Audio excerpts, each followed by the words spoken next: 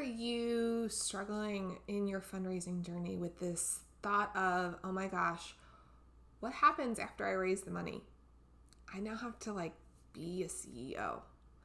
If that's something that is stuck into your mind, let's talk through it. I have some pointers for you. Let's go.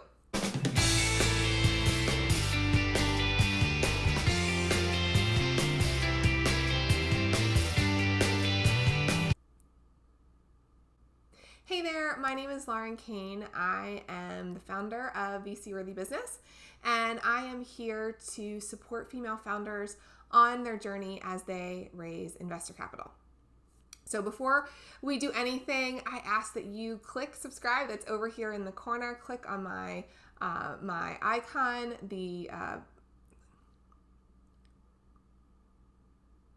Hey there, my name is Lauren Kane. I am the founder of VC Worthy Business.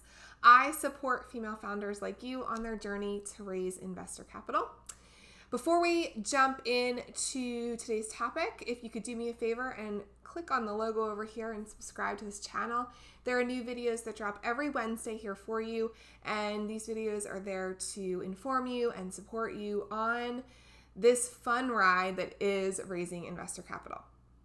Okay, so let's jump into today's topic.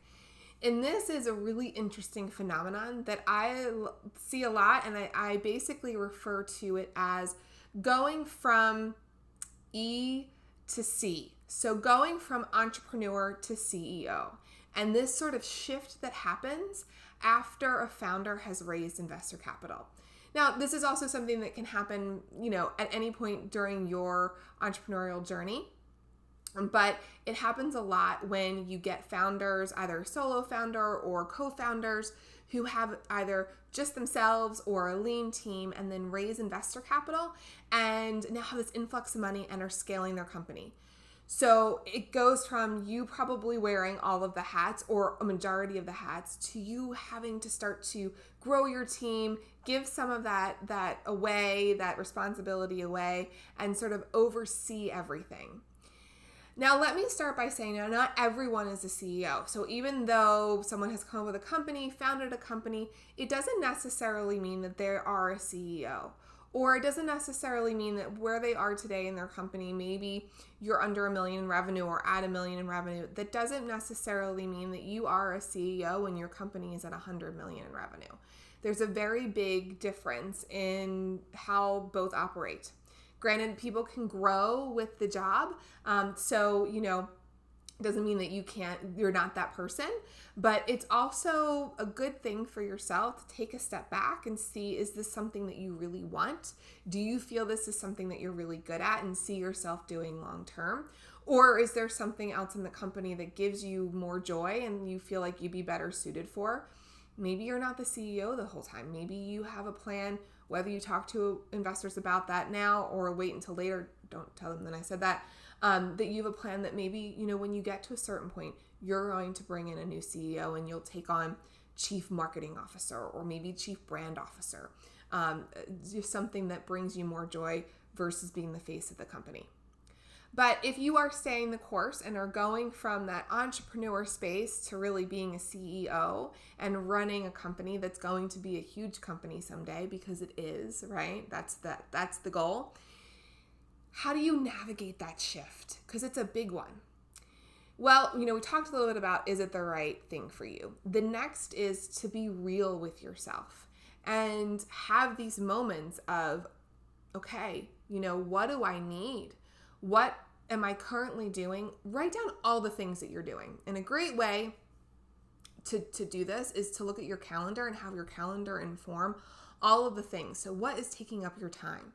Maybe you take some time and observe your week and look at it every day and say, okay, how did I spend my day? Were you, did you start your day in a, meeting about your financial model? Did you then, talk to maybe one of your distribution partners? Were you then going over your social media campaign? Were then you had a meeting putting out a fire that was unexpected, and maybe then another unexpected fire? Maybe you had an angry customer that you're dealing with. Maybe you're doing some customer discovery. Maybe you are rejiggering your brand. Maybe you are looking at a new design. How did you spend your day? And then what within that is something that really a CEO should be doing? What within that is something that a CEO should realistically be doing? Now, I'm going to take another detour. The way that someone runs a company as a CEO is different from person to person. Not every CEO is the same. And I know that there's a lot of studies out there that what makes a very successful CEO, habits and things that they do. But at the end of the day, your company is your vision. It is a culture that you have created. And so you need to know, is that something that is going to stay the course, or do you need to course correct and make that vision and culture a little bit more clear or tweak it a little bit? But you're not going to run a company the same way I would run a company.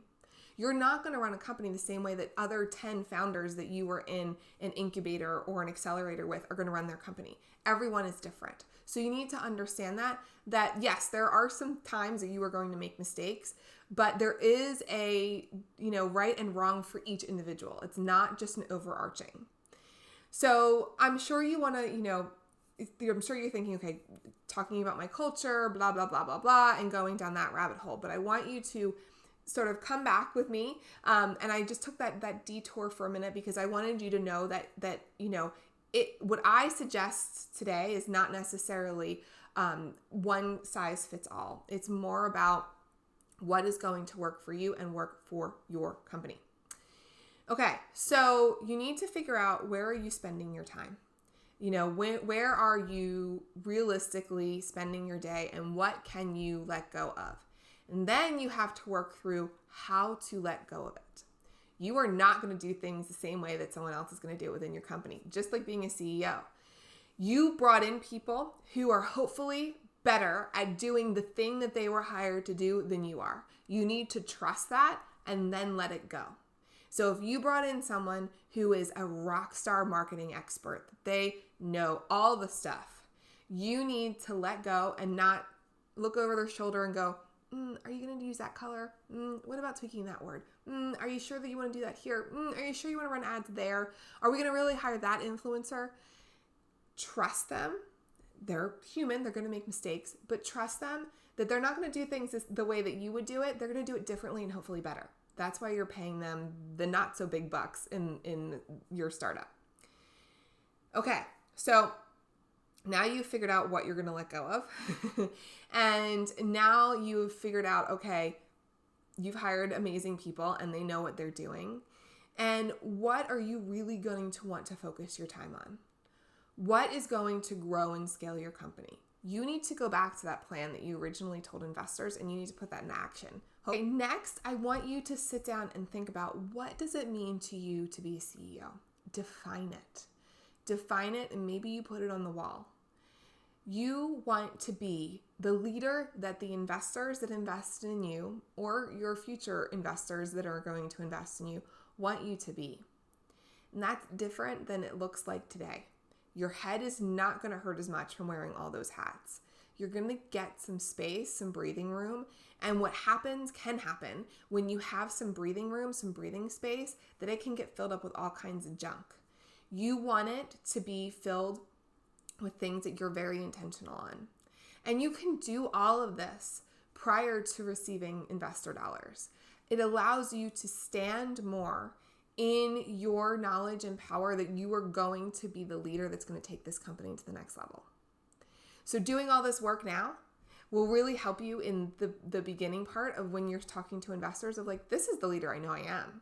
I'm amazing. You need to know how amazing I am. You need to invest in this. So really spend time in, what kind of leader do you want to be? And there are all different answers, shapes, and sizes.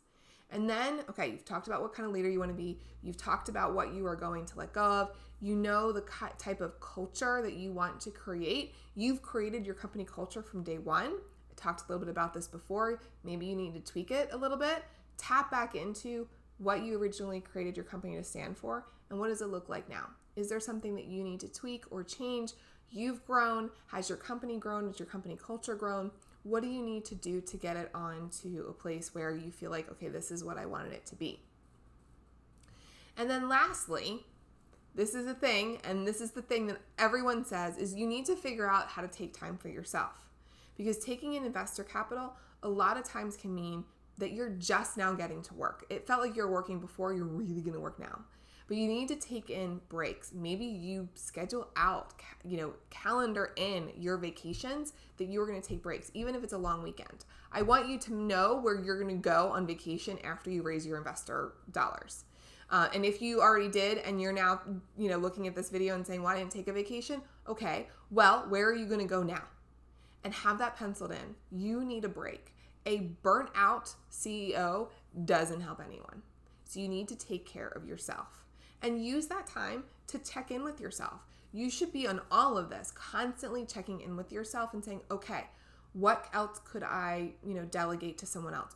Am I being the leader that I want to be? What company culture am I cultivating? Is it on target? Is it on par with what I thought it was going to be? Do I need to hire more people? Am I giving my team too much? Am I taking on too much? Am I not taking on enough? Is my role doesn't look like I wanted it to look? It looks very different, and I've not created it and cultivated that garden, not allowed it to grow the way that I wanted it. Now it's filled with all these weeds and this noise. So really think through that, and help yourself know that you are totally worthy of being a CEO. I hope that is super helpful. I believe in you. I want you to believe in you as a CEO and know that you can do it and stand in the power that you can. You created this company. You took all the steps that you needed to take to get it to where it is today, and you're going to continue to do that from beyond this point. Stand in that power. Stand in that power. Okay, I hope that you will, check me out in the next video. I hope that you click the subscribe button, and I will see you in the next video. Bye.